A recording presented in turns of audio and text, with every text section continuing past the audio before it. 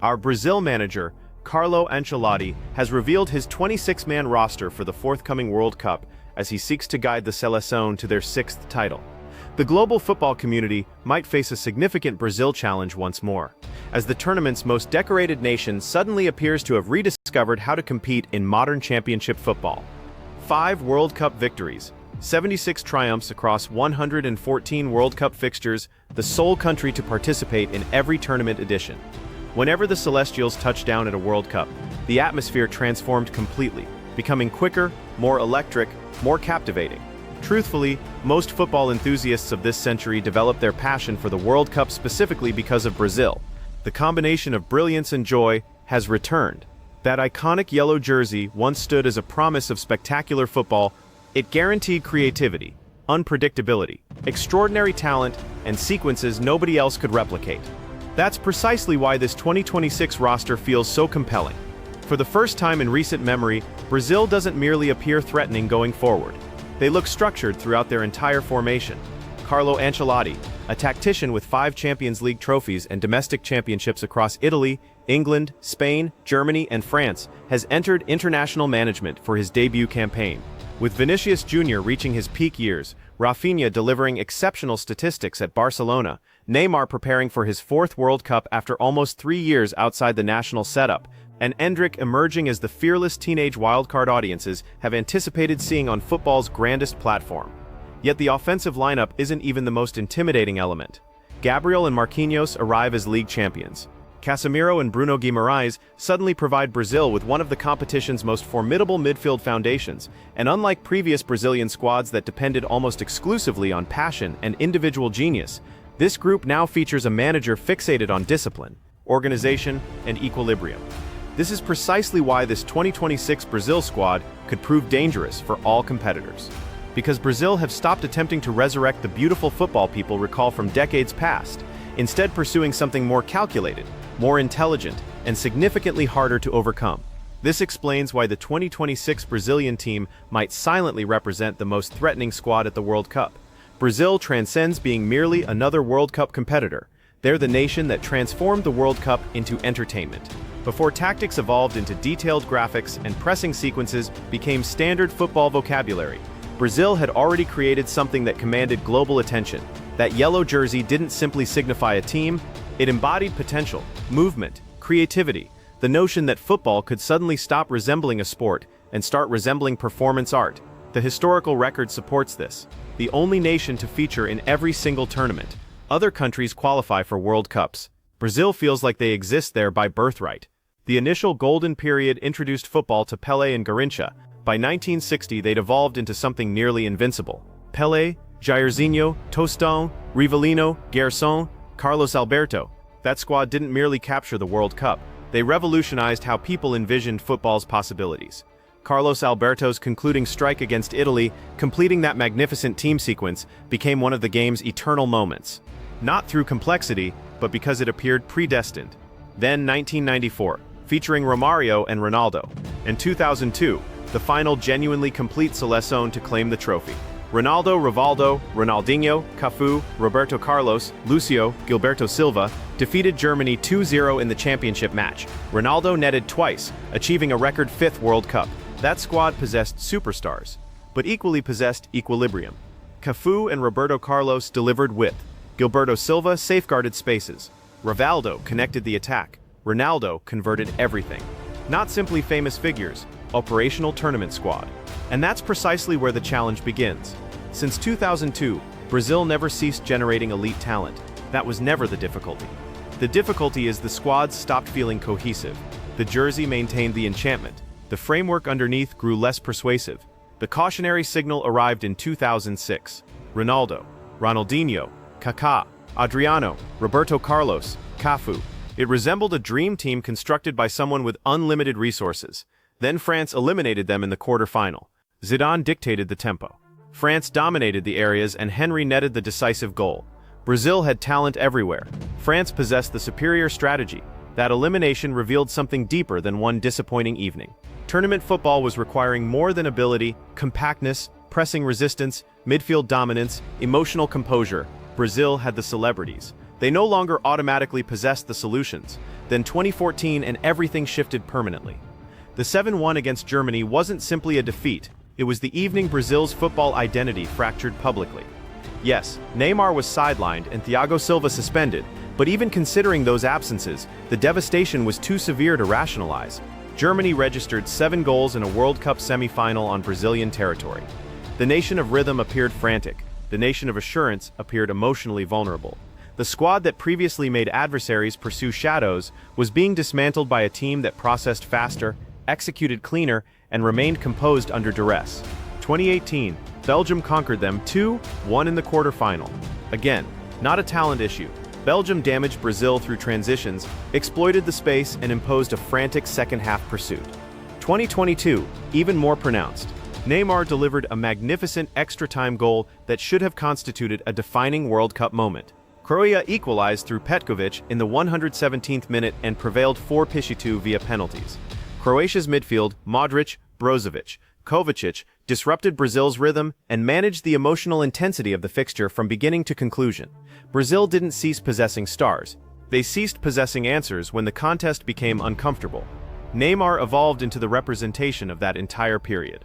At his finest, he was creator, transition outlet, emotional commander, and the individual who could manufacture something from nothing. But that became the hazard too. When the squad required imagination, it sought Neymar. When the fixture became tense, it sought Neymar. When the framework failed, it sought Neymar to resolve what the system couldn't. That's not sustainable tournament football. That's simply hoping one individual remains healthy and performing for 7 consecutive knockout fixtures. Meanwhile, the world progressed. France constructed squads that could endure, defend deep, and still explode through Mbappe and Griezmann.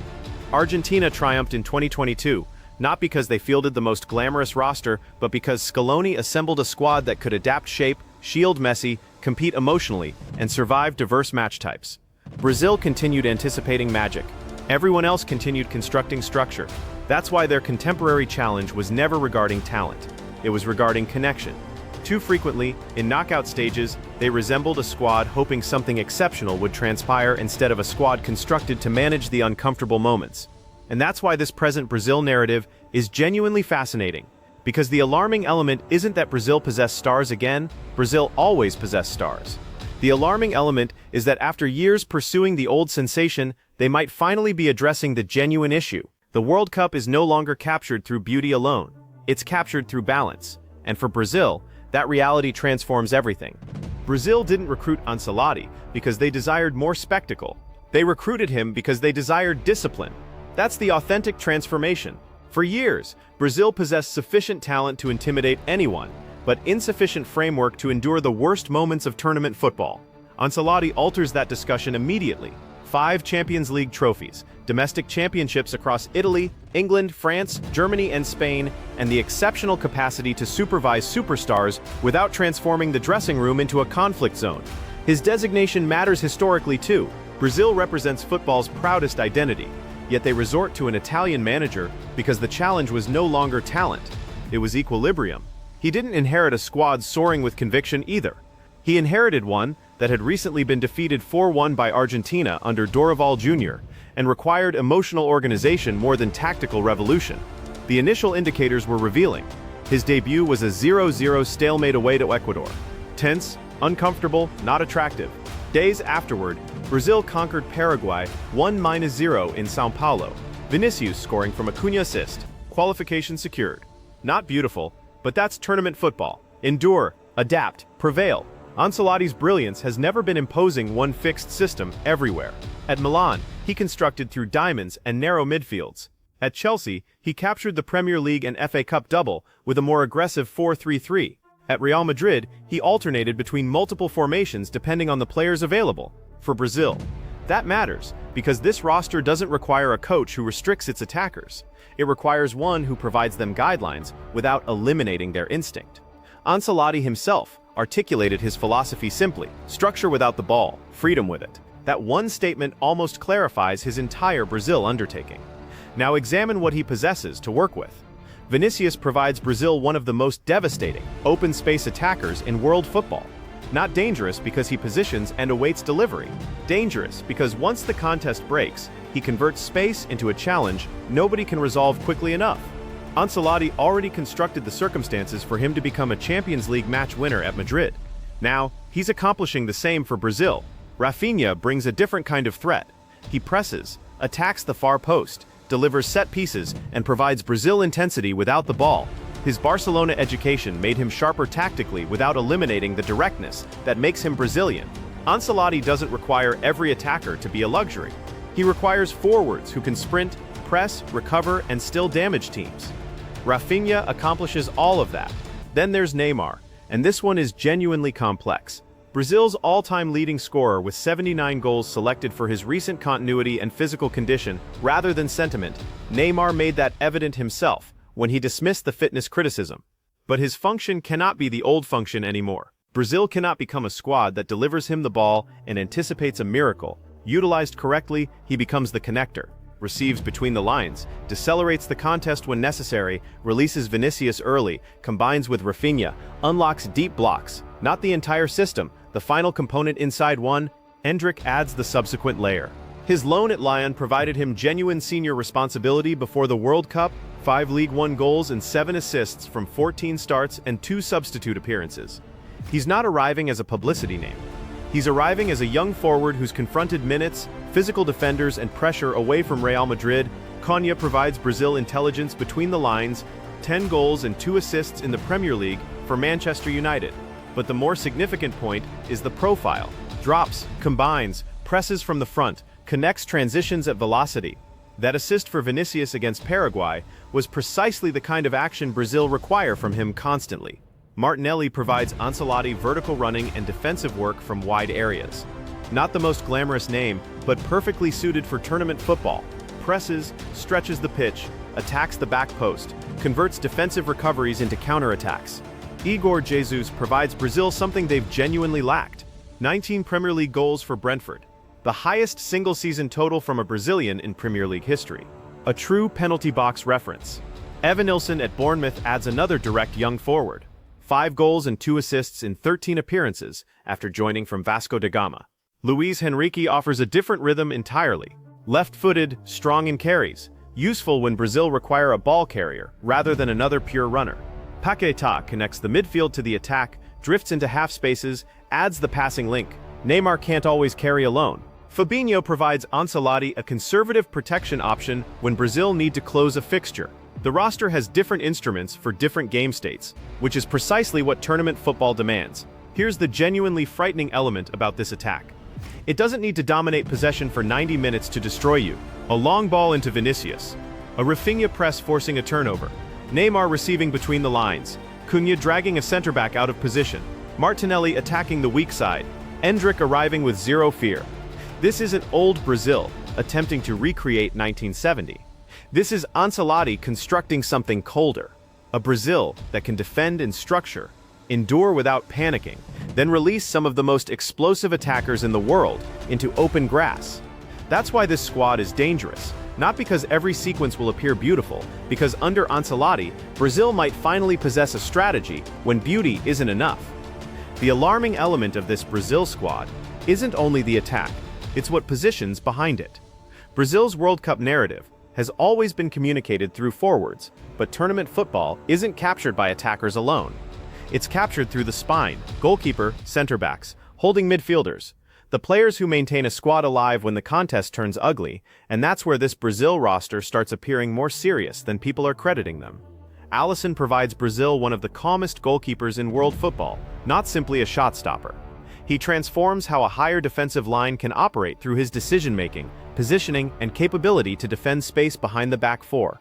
In knockout football, one save alters a tournament. One composed pass defeats the first press. Then Gabriel Magalhães arrives as a Premier League winner with Arsenal, and he was not a passenger in that title.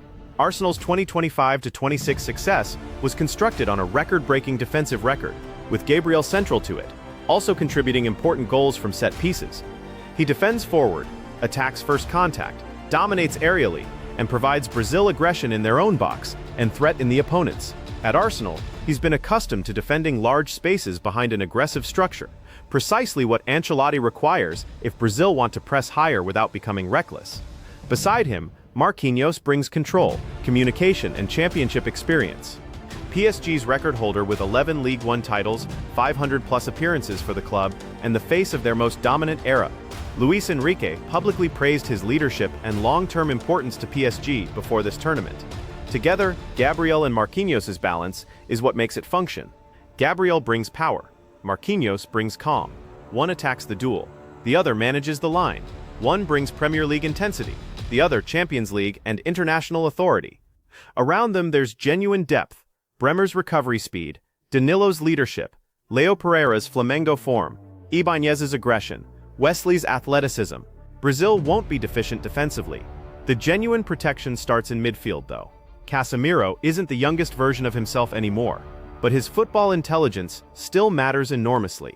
Brazil don't require him covering every blade of grass like he accomplished at Real Madrid. They require him protecting the zone in front of the center-backs, reading second balls, winning aerial duels, defending the box, and providing leadership when the fixture becomes emotional. That's still his contest, and Ancelotti, who managed him at Real Madrid, understands that value better than anyone. Bruno Guimaraes provides Brazil the other side of the equation, aggressive but not careless, receives under pressure, turns away from markers, carries into the next line, and provides Brazil progression without losing fight. Named Newcastle's 2025-26 Player of the Year, after leading them in both Premier League goals and assists. 9 goals and 8 assists. That is a serious midfielder, not simply a roster filler. Casemiro as the protector, Bruno as the carrier and connector, add Fabinho as a conservative closer, Paquetá as the technical link, and suddenly, Brazil aren't simply relying on brilliance from the front line. They possess instruments for different game states. But here's where the genuine tension in this narrative exists. Brazil finally possessed the ingredients of a modern tournament squad: goalkeeper, center-backs, midfield protection, transition runners, elite attackers. Ingredients aren't the same as chemistry, though. At club level, Vinicius operates inside Real Madrid's structure. Rafinha has Barcelona's positional support. Martinelli knows Arsenal's pressing rotations. Bruno has Newcastle's midfield responsibilities. Gabriel is protected by Arsenal's collective defensive system. When they assemble together for Brazil, those relationships don't automatically transfer. The distances between midfield and attack can become too substantial. Neymar can become the only connector, and the whole thing becomes predictable. If the fullbacks advance too high at the incorrect moment, Gabriel and Marquinhos get dragged into emergency defending. If Casemiro is requested to cover too much ground alone, elite European midfields will discover the spaces around him. We've witnessed this before. Croatia punished Brazil in 2022, precisely because they remained composed, controlled rhythm through midfield, and dragged the contest into the slow, uncomfortable place Brazil hated. Neymar scored in extra time. Petkovic equalized in the 117th minute. Brazil went out on penalties. That's why Ancelotti's assignment isn't simply picking the best names, it's connecting them.